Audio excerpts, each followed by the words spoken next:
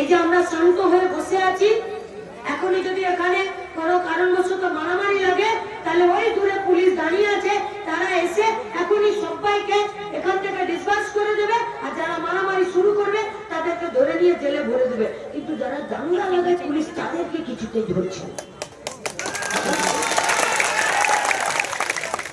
যারা হিন্দুদের ঘরে আগুন লাগিয়ে দিচ্ছে, যারা মুসলমানদেরকে কেটে মেরে দিচ্ছে, পুলিশ তাদেরকে দেখে একদম সেই যেমন সাপকে কিছু শিকড় বাকড় শুইয়ে দিলে তেমন চুপচাপ ঘুটলি মেরে পড়ে যাবে।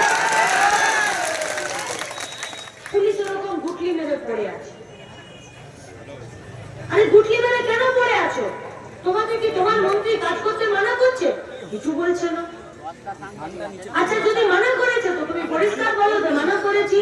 আর যদি মানা না করেছে তাহলে তুমি কাজ করো। আর যদি তোমাকে মানা না করেছে তাহলে তোমার উপরওয়ালা যে আছে সে তোমাকে কেন ডেকে সাসপেন্ড করছে না? সে কেন তোমাকে শাস্তি দিচ্ছে না? বলছে ইয়ে তুম নেই সমঝোগে, ইয়ে अंदर का बात। अंदर का बात मतलब আমরা তো জানতাম জাঙ্গিয়া আর গেঞ্জির ব্যাপার ছিল अंदर का बात।